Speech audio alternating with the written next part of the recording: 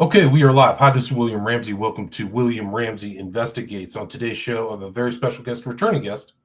His name is Hans G. Schantz. His last name is spelled Schantz. And if you've been listening to my show, you've heard him a few times. I've had him on recently on great subjects. The first thing was his new book, The Wiser Part, a modern-day reimagining of the Scopes monkey trial. We talked about that in April 2025. So you can go back and check that. And then we did a two-part discussion about Einstein relativity in modern physics. Not really my specialty in physics, but I'm glad that he's talking about it. It shows kind of some of the things that influence our understanding of physics and some of the politics and some of the cultural things that are maybe behind some of our famous or contrived, or sometimes people are built up in ways that we may not fully understand. And I certainly didn't understand that when I was younger. Now that I'm older, I understand a lot more about that. And this is kind of on the same thing about Francis Bacon. And the title of this one, I titled this, is Sir Francis Bacon, Is He the Father of Scientism? And I think he's just a really interesting figure. We were talking in the pre-show, Hans and I, about all the shows that I've done with Robert Frederick, Secret Life is Best, and Shakespeare. And this is really a fascinating figure, not really talked about enough, I would say.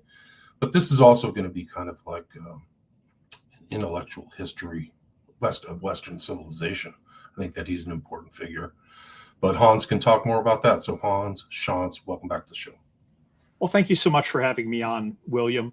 And Robert Frederick is the guy who really turned me on to Francis Bacon as I was trying to figure out where physics went wrong. He's really a pivotal figure in the conventional history of science.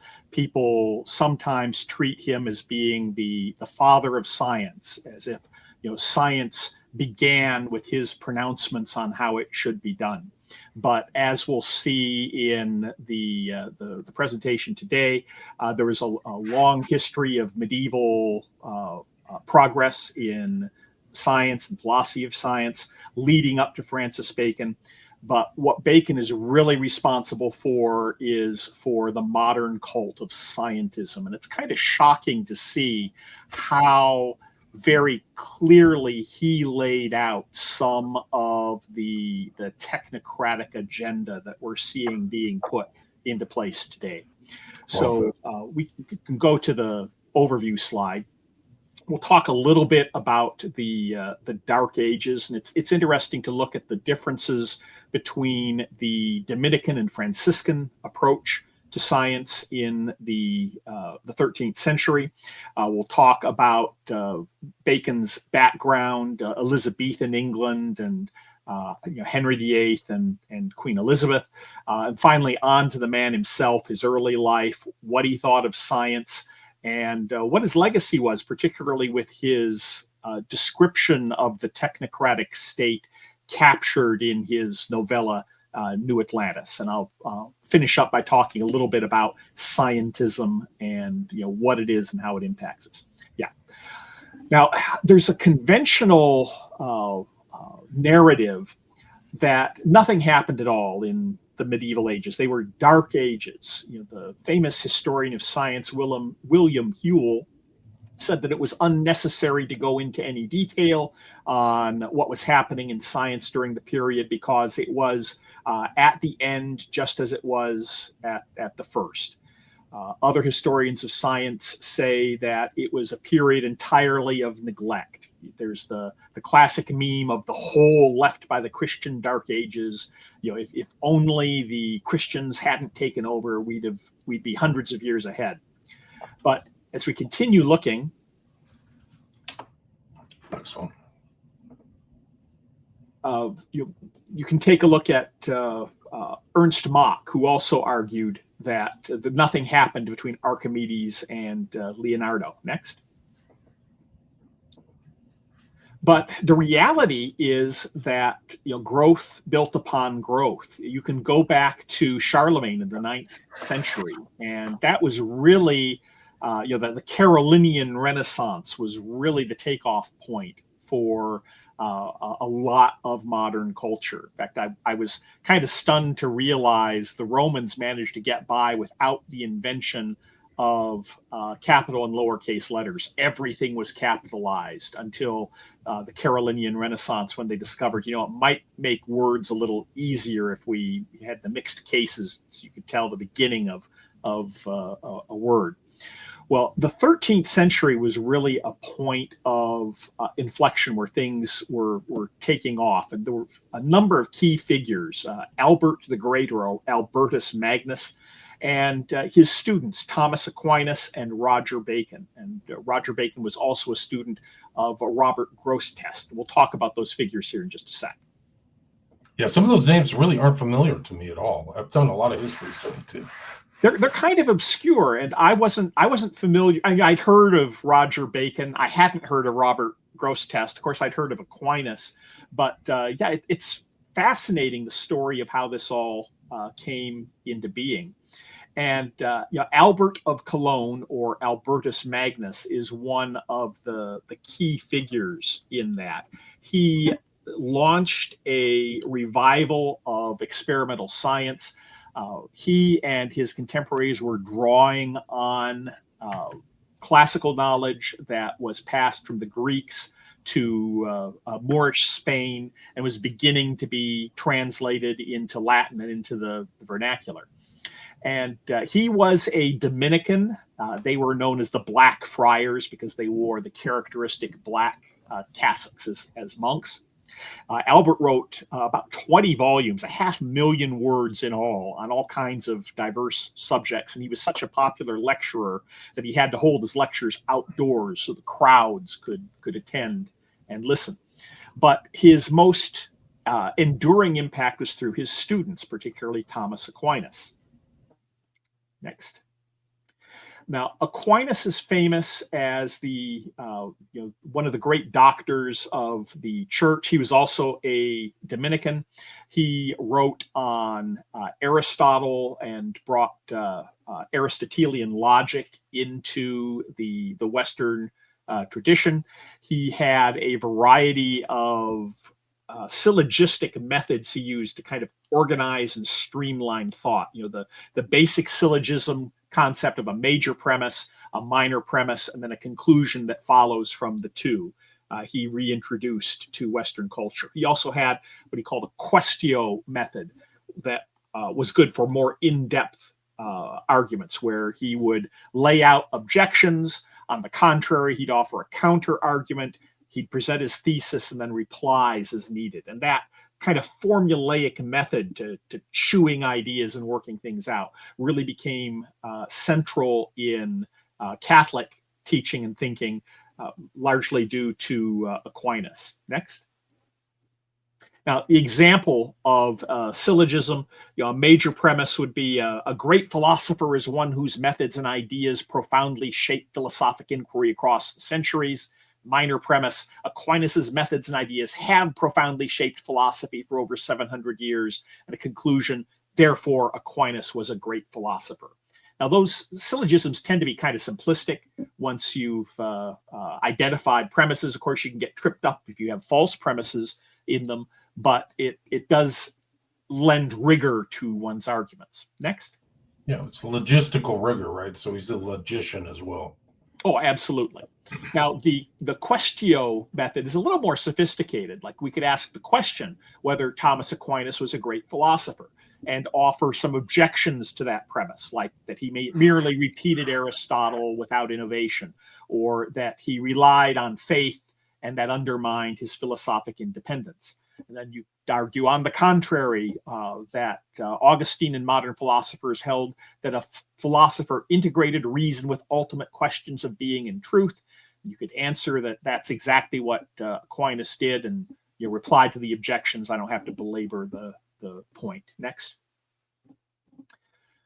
Now, it's clear that there's a lot of rigor there. There's a lot of formalism. And of course, the danger is when the formula becomes an end in itself rather than a means to intellectual inquiry. In 1286, the Dominicans issued a decree that basically required a defense of Aquinas's doctrine, and that really discouraged innovation or creativity. That was really the birth of the scholastic movement that had a lot of criticism later on as the Middle Ages turned into the Renaissance. In fact, one scholar, Petrus Ramus, or Pierre de la Ramée, argued for his thesis that Aristotle was entirely wrong. That was an attitude that became in vogue by the 1500s. He managed to earn his degree, but ended up a victim of the St. Bartholomew's Day massacre. But really reforming that Dominican rigidity required returning to Aristotle's roots, not rejecting him outright. And that's a revolution that had begun almost contemporaneous with Aquinas through two Franciscans, Robert Grosseteste and Roger Bacon. We'll go back and next slide and take a look at that. Now, I've talked about this before with you, William, but it's important to distinguish between the two different approaches to science and investigation. There's a Platonic approach where you take a look at, from some axioms or premises, you work out their conclusions. Really, a syllogism is an example of deductive reasoning, and you reach conclusions from them. And then the other approach you can take is an inductive approach, where you take a look at observations or experiments or evidence and draw generalities. You induce, through inductive reasoning, conclusions from that evidence to generate those principles or axioms that you use. The painting that Raphael did, School of Athens, kind of illustrates this, with Plato pointing up to the heavens, the ideal forms that he regarded as being fundamental, whereas Aristotle has his hand down, pointing to the fundamental foundations of reality here on Earth. Next. A good example of the difference in methods is when Plato started looking at into politics. He started with abstract discussions of the nature of love and justice and the connection between the city and the souls of its inhabitants, a very deductive approach from the premises he had about all those things. Aristotle, on the other hand, went out and gathered the constitutions of something like 158 different governments and started analyzing them to see what their practical consequences is. And that's a classic inductive approach to trying to understand a problem. Next. So in science, the archetype of a Platonic science is something like Euclidean geometry, where you have well-defined premises and you are reasoning from those premises to conclusions.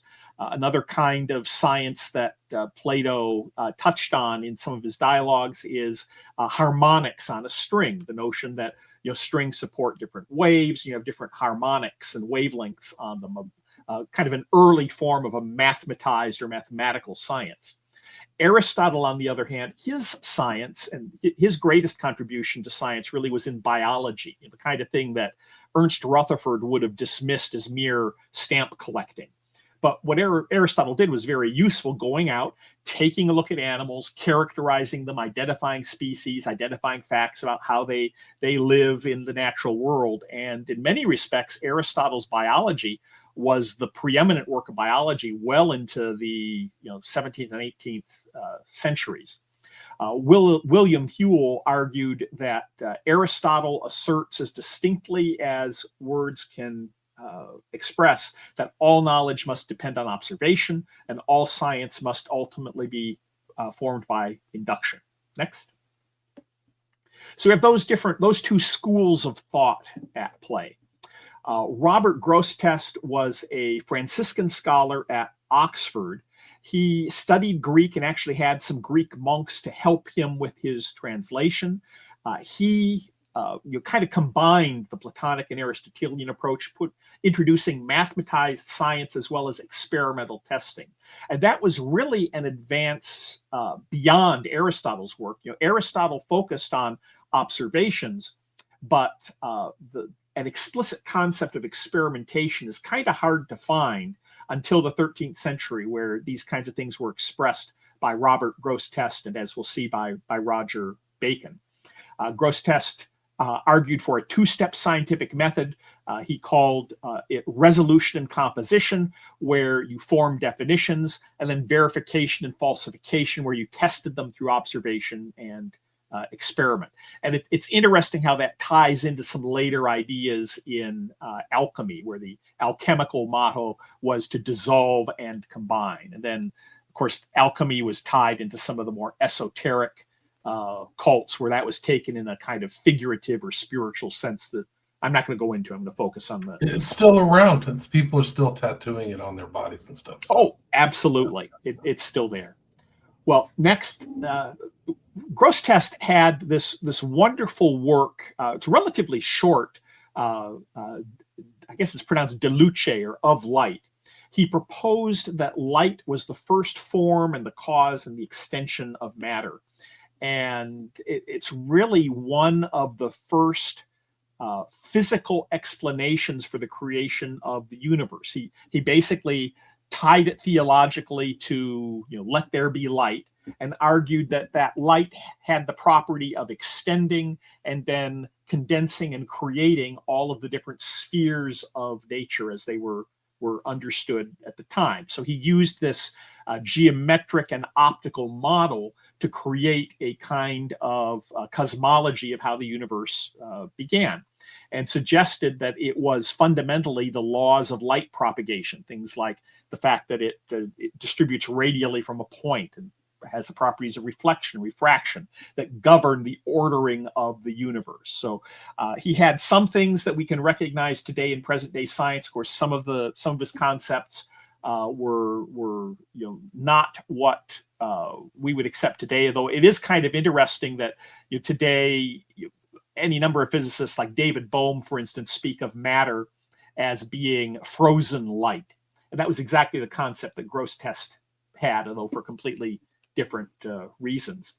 Some scholars recently wrote an article that I have on the slide in the Transactions of the Royal Society, where they took Grosseteste's ideas and put them into a modern mathematical form. It's kind of interesting to see how sophisticated the thinking was that Grosseteste had, even if he didn't have the mathematical tools to express the notions that he was advocating. Next. Now, there's some controversy on how significant this was. There's one historian of science, A.C. Crombie, who really sees Grosseteste as being the pioneer and the father of modern science with his mathematical and empirical approach. He interpreted his work on light as an attempt to apply mathematical reasoning to cosmology, and basically said he would have voted Grosseteste for the honor of being the father of science. Next.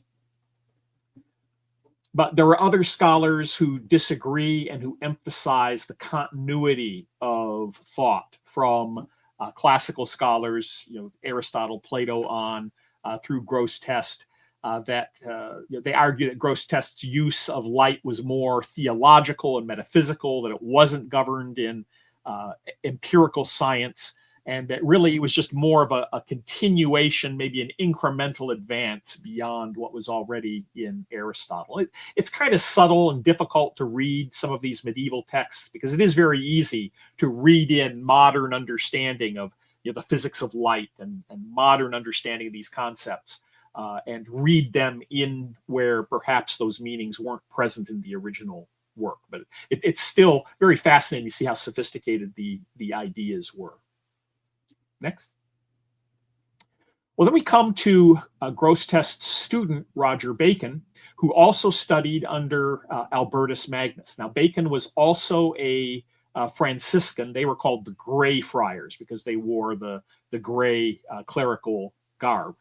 And Bacon had a lot of problems with the Franciscan establishment. They did not appreciate sometimes his independent thinking and his work. He was prohibited for a time from lecturing and confined for his critical views. Next. But the Pope Clement IV, basically gave him a chance to explain himself. Bacon took that chance, and within 18 months wrote 3 major works on his understanding of science that have become classics. He did work on optics, on lenses, on gunpowder, and did a fair amount of genuine experimental science. Next. But after Clement died, he again fell out of favor and was imprisoned and returned to Oxford and spent his final days there. So he faced a great deal of adversity and censorship and being prevented from working on his ideas during his career, but he still made tremendous progress. And I think it's noteworthy, even Whewell, who had argued that nothing happened during the Middle Ages, was willing to acknowledge that Roger Bacon's works were far beyond the knowledge of the day. And it's difficult to conceive how such a character could have existed and done such things. Now, I mentioned how the Dominicans after 1286 were prohibited from contradicting or disputing Aquinas and how that limited creativity. The Franciscans, on the other hand, developed a school of thought, particularly in Oxford and in Britain as a whole, a school of thought that emphasized the importance of firsthand knowledge, of independent judgment, and of empirical inquiry. That influence extended to people like John Duns Scotus and William of Ockham, Ockham's razor, an advocate of common sense, of direct observation, and of induction. A lot of the fundamental principles of motion kinematics were actually developed in Oxford in the 1300s. So even though the Black Death was raging in the middle part of the 1300s, they were making progress understanding motion and mathematical science. And those ideas spread across Europe, despite the hindrance of occurring in the middle of plague times. Next. Well, that brings us to Henry VIII. And there's a very interesting hypothesis I've been meaning to look into more. The conventional wisdom of Henry VIII is, well, he wanted to have a son and his first wife wouldn't give him one, so he divorced her and he tried to have a son with a second wife and ran into trouble with the church, so he basically split away from the church, and it was because he was he just wanted to marry new women and have a male heir, and that was the root of it all. But there's an interesting hypothesis that the whole thing was really a Habsburg plot to try to take over England. The Henry VII's eldest son, Arthur, who was Prince of Wales, was betrothed to Catherine of Aragon, a Spanish Habsburg princess. And kind of mysteriously, Arthur, who had been groomed for leadership and was a very strong, virile, healthy guy, wasted away of symptoms consistent with poisoning, although it was ascribed to illness. So Henry VIII later married his brother's widow, which was a little questionable, but grew increasingly hostile to the Habsburgs, particularly when the Emperor Charles V blocked his annulment. And the break with Rome can be interpreted as Henry exerting the independence of the English state from the Catholic hierarchy, who he regarded and may well have been in cahoots with the Habsburgs. So it's an interesting interpretation of events. I haven't really dug into it to have a firm opinion on whether you can interpret the whole dissolution of the monasteries in that term. But whatever happened, Henry VIII did not have a male heir. And next. Ultimately, his daughter Elizabeth ended up taking the throne, and she oversaw a very significant transformation of the fortunes of the English Empire, a cultural and scientific flourishing that's been dubbed the Elizabethan Golden Era. Elizabeth, of course, came into conflict eventually with the Habsburgs and defeated the Spanish Armada, exerting English independence and their growing naval power. She sponsored expeditions, pirates like Francis Drake, and colonization, and really laid the foundations for the modern British Empire through her advocacy of naval power and scientific modernity. Next. One of the key figures in that was, of course, Francis Bacon. And now we finally come to the man. I argue he was really not the father of science that some historians have held him to be, but rather the father of scientism. And we'll get into that here. He was also known as Lord Verulam. He was a lawyer, ultimately the Lord Chancellor of England, kind of the equivalent of a prime minister, though it's not an exact equivalence. There is some scholarship suggesting that he may have been the illegitimate son of Elizabeth I. Of course, if you've heard Robert Frederick talk, you know all about the tie between Bacon and the Shakespeare authorship question, whether he wrote a lot of the work himself or coordinated a cabal of writers responsible for the project. But Shakespeare could barely sign his own name, and Roger Bacon was probably involved one way or another in the writing of the plays. Don't you think it goes back to Elizabeth and who came after Elizabeth? It was James, right? James, yeah. Well, these guys, somebody had to be involved, like the aristocracy or the kings or queens. It is a remarkable piece of history, though, that Henry VIII wanted this male heir.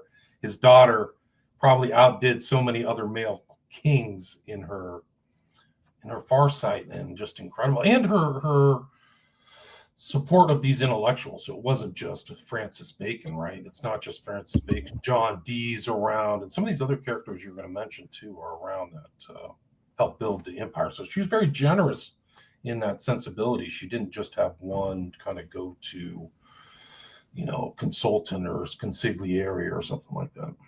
Well, and it's a fascinating contrast between the competency of the ruling class of the era and the top advisors and the key officers of state like Bacon, like Dee, like Walsingham, and Drake, and all the rest.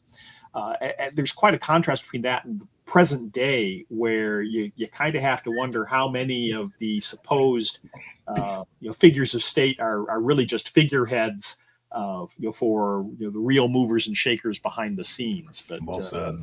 Yeah, we can discuss that some other time. Yeah, but it is interesting to see the present day in this past context, where you see just the flourishing of Elizabethan England is really extraordinary. It's almost like what happened in Florence, almost like the Florentine Renaissance. It's so important in human history. Oh, absolutely. And that's why these kinds of historical studies are so important, because they give you the context to understand your own times. If you're only familiar with where you are right now, you can't see where it's going wrong or how it could be better, or understand some of the machinations and processes that may be taking place behind the scenes. So these kinds of historical studies are really valuable for that reason. Amen. But anyway, whatever Bacon's ties to encouraging or creating Rosicrucianism or Freemasonry or Shakespeare, there is a very well and uncontested and well documented tie to his advocacy of science and scientific methodology. Next. Now, Ben Jonson called him a man born for the service of posterity.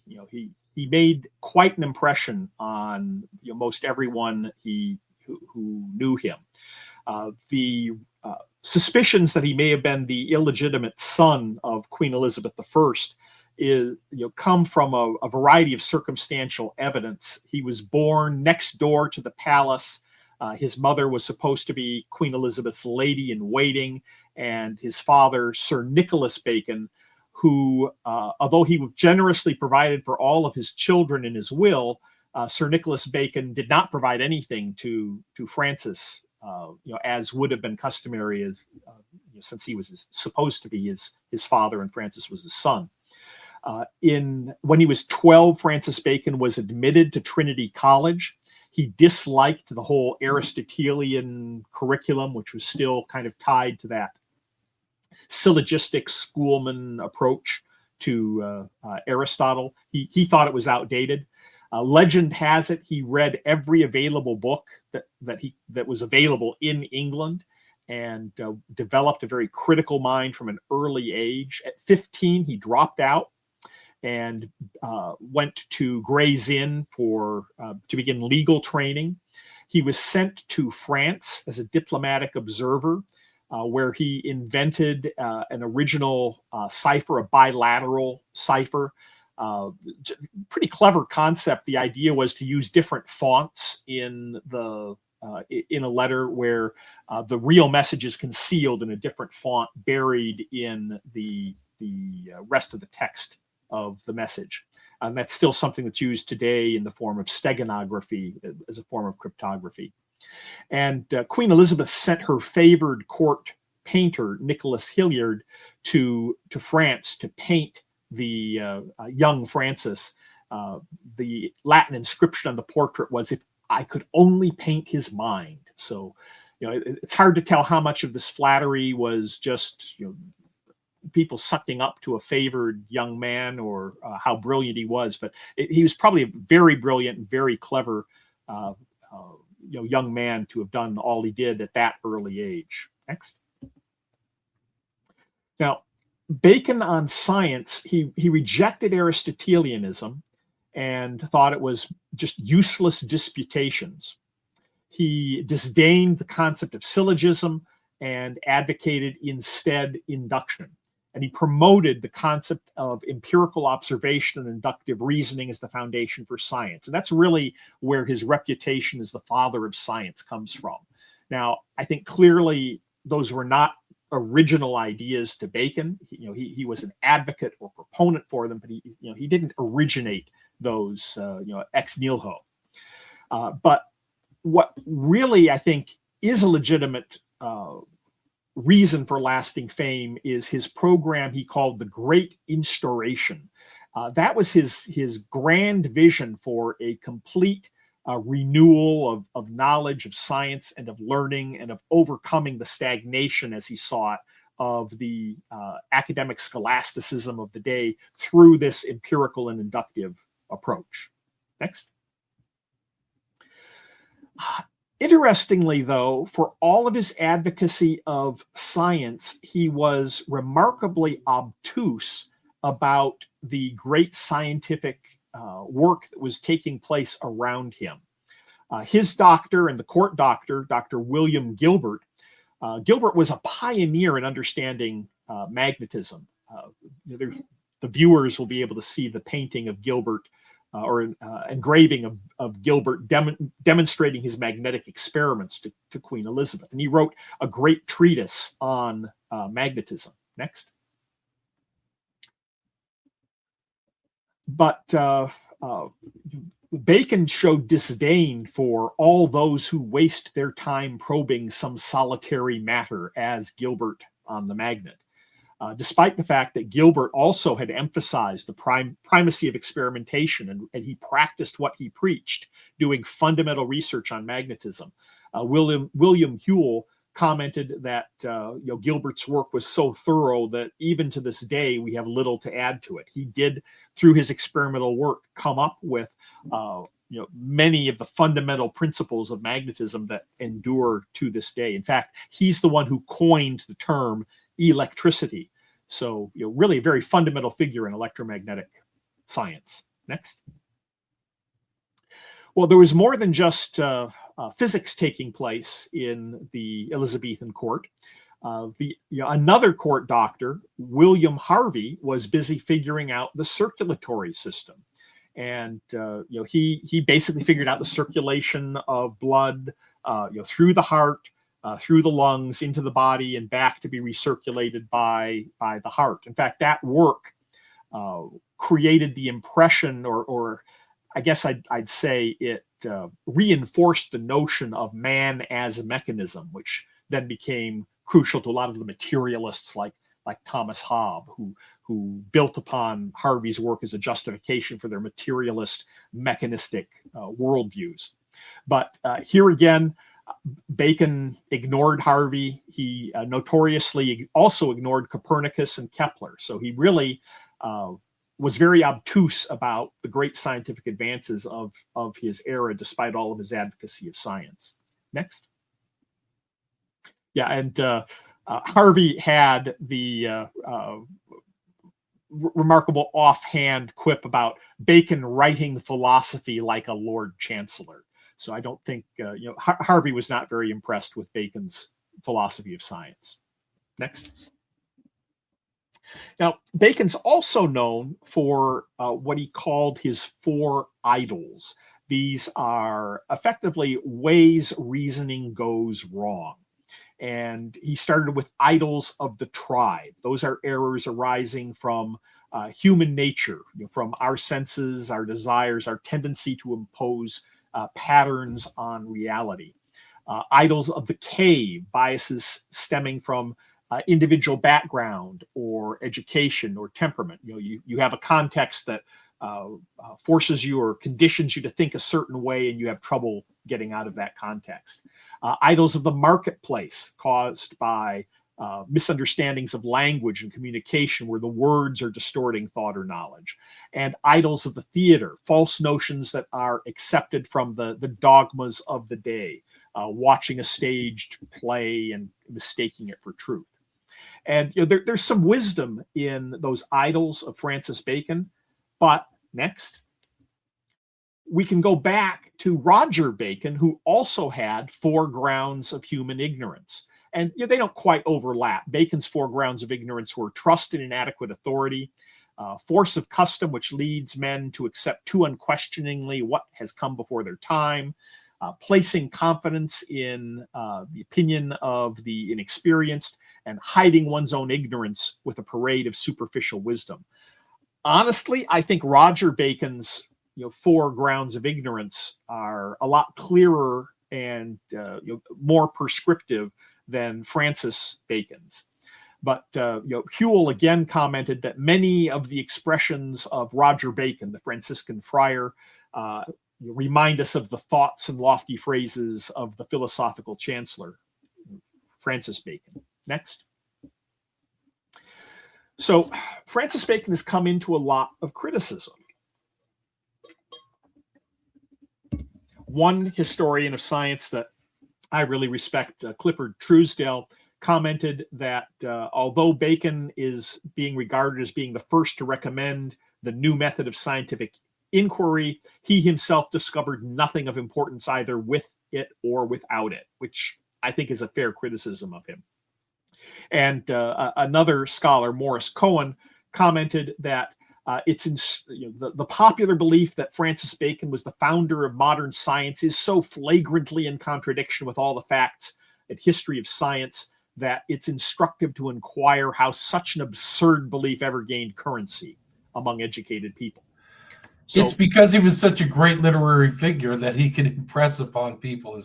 He wasn't in the lab, grinding it out and making observations or inductions or whatever. Exactly. It was because of his advocacy of science. It was that advocacy that granted him his lasting fame, not anything that he did in science. And we'll see that in just a moment. Next.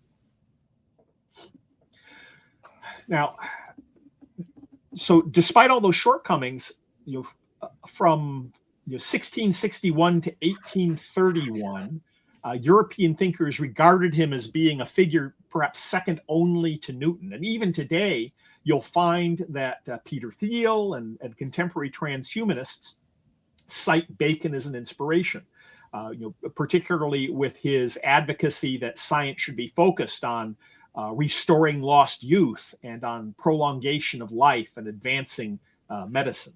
Next.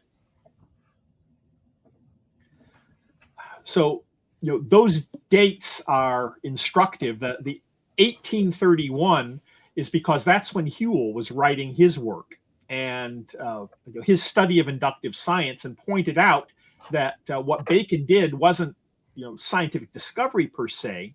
It was by presenting this engaging view of how science should be organized in a logical, empirical method based on induction and experimentation, and that this could be a course for advancing not just science, but advancing the fortunes of mankind and of the British Empire. The historian Francis Yates said that it was the persuasive power of his language that was the real significance. Next. She's an interesting historian in herself. She's a whole nother show, but she's really interesting. I just started digging into her, and there's a rich Giordano Bruno, the occult stuff of Elizabethan times. Like, she's really something else as a woman too. Like, she was probably the noided historian of her time, as maybe a way to put it. Like, she really looked at Rosicrucianism. One comment I'd make about Bacon too that influenced some of these guys is this invisible college stuff, this kind of secret knowledge. They actually started their own invisible college in the Bay Area, in Silicon Valley. So I think that's another thing that Bacon's supposedly involved with. Yeah, we'll get to that in just a second. Oh, okay. I'm talking too much. Sorry. No, you're just a little bit ahead. So if you want to understand Bacon's philosophy, and again, this is something that Robert Frederick highlighted that just amazed me. He talked about the grades of ambition in mankind, and the first and lowest is those who desire to extend their own power in their native country, and he regarded that as vulgar and as degenerate. The second are those who labor to extend the power of their country and its dominion, which has more dignity but is still covetous. But the highest level is when a man seeks to establish and extend the power and dominion of the human race itself over the universe. And that he regarded as a much more wholesome thing than the other two. And that's really the heart of Francis Bacon's appeal, the notion that science is to give us power over nature and to command nature through understanding her. Next. And what you'll find, if you want to really see how this comes into play, Bacon wrote, I guess what we'd call a novella now. It's a relatively short little book, maybe 40, 50 pages, depending on the font size they use, called New Atlantis. It's really kind of a work of science fiction. It describes how some travelers end up on this island, and runs through how they go about how the island organizes itself, and the importance of of science to how that mythical utopian island is run. And central to that is an institution called Solomon's House. Next. And you start reading this description, you can understand the appeal Bacon has to academicians and technologists, because here the state provides its scholars and academicians and researchers at Solomon's House with a wide range of technical facilities. And he goes through a whole list of baths and orchards and furnaces and mines and perfume houses and caves and towers and wells and fountains and so forth. And interestingly, he treats science as something that has a division of labor. So there are certain staff who are intelligence operatives going to foreign countries to get their knowledge. Some who gather experiments from books, some who perform new experiments, some who organize data, some who analyze data, some who review the data and suggest new experiments. I mean, there's just a vast breakdown of process with a huge staff involved in making the science happen in Bacon's view, along with a wide range of novices and apprentices and servants to do the whim and bidding of their masters, the senior researchers in this. So you can see how this vision would really capture the interest of the academically inclined. Next. Or Aldous Huxley. Oh, absolutely. Now, the scholars take an oath of secrecy, so they conceal their scientific discoveries from the state. The scientists are the ones who discover or who decide whether they will deign to let the state know about the discoveries, and will only let the state and the people know about the discoveries that are good for them in the scientists' view. So it's the scientists really calling the shots, and they get all the honors of their peers. They get a statue and a reward when they make an invention. Now, of course, that scheme was never realized during Bacon's life, but it's very interesting to see what happened a generation later. Next. Because the Royal Society was founded in 1660, not long after the Restoration, when Charles II took power after the English Revolution or English Civil War. And there's this wonderful book of the history of the Royal Society, which kind of pretentiously came out 6 or 7 years after the Royal Society was founded. And the frontispiece, right before the title page of this book, is really just amazing. It shows that people on the screen will be able to see it. It shows 3 figures. One of them is I guess is Bruckner, the head of the Royal Society. Charles II is there, and the 3rd figure is the late Francis Bacon, who'd been dead 40 years by that point. And the charter, the book mentioned one great man whose imagination set the thing in process, and that is the Lord Bacon. So he's explicitly there as the inspiration, the founding father of the Royal Society, some 40 years or so after his death, and recognized as such. The other thing that's interesting to notice is all the Masonic imagery in the picture. There's the checkerboard floor. You can look at the walls, and it's hard to count the number of squares and compasses that just happen to be posted to the walls all over the picture there. So I mean, it's just obvious Freemasonic symbolism that pops out at you. It's hard to argue that Freemasonry just leapt into being in 1717 when you see how elaborately and intimately it's described here in the 1660 engraving. So next. So let's talk a little bit about scientism and what it means with a more modern perspective. And I really liked the French mathematician Alexander Grothendieck, who wrote this wonderful little essay, The New Universal Church, arguing that scientism had become a kind of new religion. The basic principles of scientism, as he identified them, are that scientific knowledge is whatever can be expressed in quantitative terms or repeated under laboratory conditions, and only scientific knowledge is true or real knowledge. Another tenet of scientism is that the mechanistic or formalistic or analytical view of nature is all that counts. There's no spiritual side of things. It's all mechanistic. And the logical corollary of that, of course, is that is technocracy. Only the experts who are able to think in these sophisticated scientific fashions should be making the decisions for society, and that science and technology are alone can solve mankind's problems. And I was kind of interested to see the person who translated that essay from French into English was a gentleman named John Bell, who is very famous for his work in quantum mechanics, where he is the one who took the work on pilot wave theory and set up Bell's limits for entanglement that are the fundamental limits and principles we use to determine whether there is this supposed spooky action at a distance in quantum mechanics. So he had enough of an interest in this to translate the essay. It's a pity we don't know more, or at least I wasn't able to find more of the story behind Bell's interest in this concept of scientism as a religion. Next.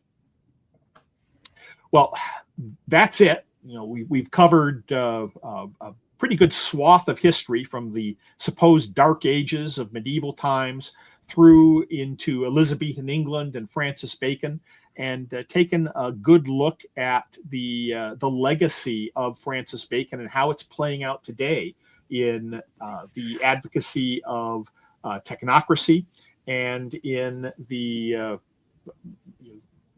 this cult of transhumanism that has such a grip on so many of the technical leaders and billionaires in society today. So now we know where it came from. It's amazing because it's all the past really is present. Because Teal and Palantir, I just was reading yesterday, is now valued as like one of the most valuable companies in the world. And this is some kind of like the ideas are like almost like, you know, Baconian in some way, like all science is going to solve everything and we're going to do all this and our technology is going to make a better world. Well, it's kind of fascinating what technology, you know, makes a better world. I have been looking into the you know, political influences on science, and in fact, it's really fascinating to see how the Rockefeller Foundation is largely responsible for funding the Copenhagen interpretation of quantum mechanics. They're the ones who funded the Copenhagen Institute, and they funded American graduate students and you know, postdocs to go and study there under Bohr. The Nobel Prize-winning particle physicist Murray Gell-Mann argued that Bohr brainwashed a generation of physicists. So you know, while that work was being funded, you know, it's interesting to note the areas where we have seen significant technical and scientific progress in the last several decades have been in cybernetics, computers, electronics, the better to make a control system. And in biology, you know, the better to have you know, health and, you know, eternal youth and so forth. And other areas of science have really been kind of stagnant. We haven't made a lot of you know, progress in fundamental physics, for instance, since, you know, World War II. It's all been working on applications of science and technology that are useful for the, you know, the transhumanist technocratic control grid. And I haven't dug into that really deeply to have a firm opinion on whether this is coincidence or whether there were you know, some deliberate actions involved. But I think it's interesting to observe that. And it just makes me think about a lot of these guys ruling stuff. Like Alan Dulles made the statement, like the technocrats or the high-level people should be running things. And you look at the Central Intelligence Agency, and it's almost like the new Atlantis. It's people see it as a spy agency, which it was, but it was also an aggregation of intelligence or knowledge that they used to their benefit. And I think those guys at the very top were super influential, especially George Bush Sr. Like his stamp as the head of the CIA and on American politics is in. Oh, right. Well, I want a second at World's End recommendation in the comment there for Dr. William Briggs. He has a Substack, Science is Not the Answer. It's excellent. I subscribe to it. And I highly recommend Briggs's writing. He's one of the clear thinkers as a statistician and as a scientist. Cool. Dr. William Briggs. So people check that out. I mean, great presentation. Thanks so much, Hans. And this past is present. Like some people think history's some dusty old book or something like that. Yeah, thanks at World's End. Thanks for listening. Thanks for everybody listening. I didn't announce this. We had a couple hundred live listeners, so thanks everybody for tuning in. And the past is present. It's not some dusty book. This history is influencing us now. Like these are the technocracy standard. Like I always go back and say this in multiple shows, but if you've listened, if you heard me say this, behind Trump, when he got inaugurated, it was like all the big tech guys with a lot of them have these ideas. Yeah, but you know, they're like a Francis Bacon, or like Bacon is the power behind Elizabeth.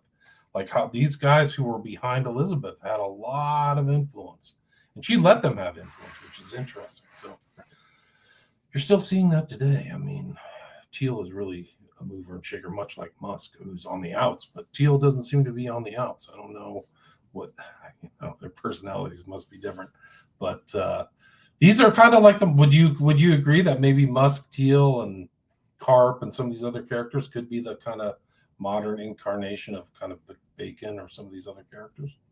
Well, I think it's certainly a worthwhile analogy to explore. And, there are any number of people, Patrick Woods, who looks into technocracy, and other people you've had on your show who've done more of the current events side of this. I really got interested in this just to understand how physics got off track, and you discovered how much influence Francis Bacon had on this whole concept of centralizing science and stamping down individual creativity so that science would serve the state.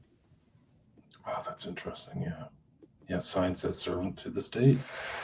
It's a real thing, guys. It really is. I mean, think about like the Manhattan Project, all this other stuff. Like that's like almost like alchemy too. Oh my gosh.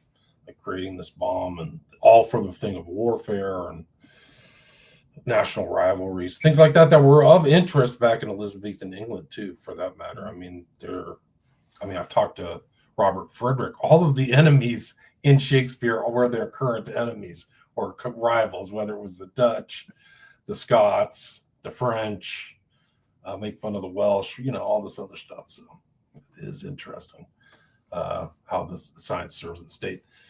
Hans, is there anything you've been working on? I know I talked about your book at the intro. I've talked about your work on Einstein. I know you have 3 fiction books, and you're writing books also. Academic. Yeah, the next slide covers my my fiction books. I wrote The Hidden Truth, which is a trilogy. It's basically an alternate history conspiracy techno thriller. That's premised on a young man discovering books in a forgotten library that don't match their online scans, and that's his entry into discovering the cabal that is aiming to change the past, control the present, and rule the future. I wrote a book, The Whys of Heart, which is, you mentioned, the retelling of the Scopes monkey trial, and replacing the evolution theme with the science of biology versus transhumanism, and updating it to the present day. And I've also written a textbook on the art and science of ultra-wideband antennas. My current project, which I was hoping to announce today, but sadly Kickstarter had other plans for me, and that's on the next slide. That's Fields and Energy. And the material we were talking about today about Francis Bacon is part of my discussion of the fundamentals and origins of electromagnetism. So unfortunately, you won't be able to back it today, but if you go to my Substack, which is at etherzar.substack.com, you can sign up there, and when I find a place to host my crowdfund, I will be posting it there, and you'll get to learn all about it. You can follow my other work there on my Substack or on my Telegram channel, t.me, EtherStream, AETHERSTREAM. And then your website, which people will see in the kind of heading of all these slides, is the SPQR.com. Stands for the Society for Post-Quantum Research. Is that right? Yes. Gotcha. So those are all the links that I will put in there: the SPQR.com, AETHERZAR.substack.com, and then the T.me, AETHERSTREAM. And again, the guest is Hans G. Schantz, SCHANTZ. We've done 3 other shows in this. This will be our 4th show. So people go check out those other 3 shows and Hans's links. Thanks so much for your time. Really appreciate it. Oh, my pleasure. Thank you for having me on, William. Cool. See you there.